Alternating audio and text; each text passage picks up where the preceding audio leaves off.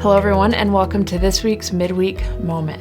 I don't know about you, but sometimes scrolling through social media can feel overwhelming. And I remember in particular, a few years ago, I was looking at pictures of a birthday party of a friend that a mom had put together.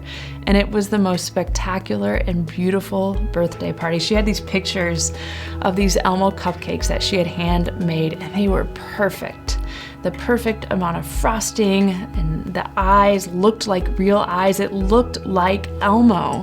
And I had just thrown a birthday party for one of my sons, and I think I got a cake from Costco and ordered some pizza and threw things together. And as I was looking through those pictures, the voices of shame just filled my mind. You're not a good enough mom. You're not worthy enough. You're not creative enough. All of these things. And I think that happens to many of us, not just when we're scrolling through social media, but not enough's often fill our mind. I'm not talented enough. I don't have enough this. I don't have enough that. And sadly, I think that can even keep us from coming to church. Some, wherever you are, wherever you're watching from, you maybe have had a curiosity about God, about Jesus, and about the church. And perhaps one of the things that have been keeping you from coming is those voices of not enough. Interestingly, in Scripture, we see Jesus step into a world of religious overachievers, of the religious elite. And it would have been easy for those on the fringes to think that they weren't enough. In fact, they probably did.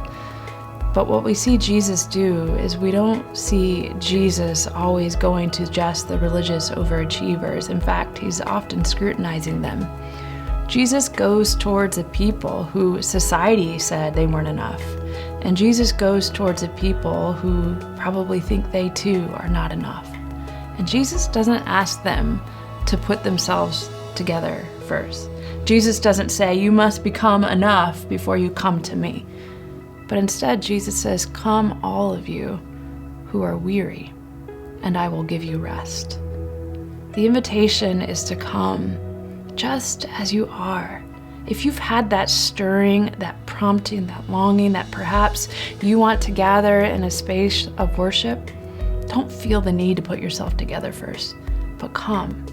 Because the reality is all of us who gather are not enough, full of not enoughs. And we're all recipients of God's overwhelming love, grace, and mercy.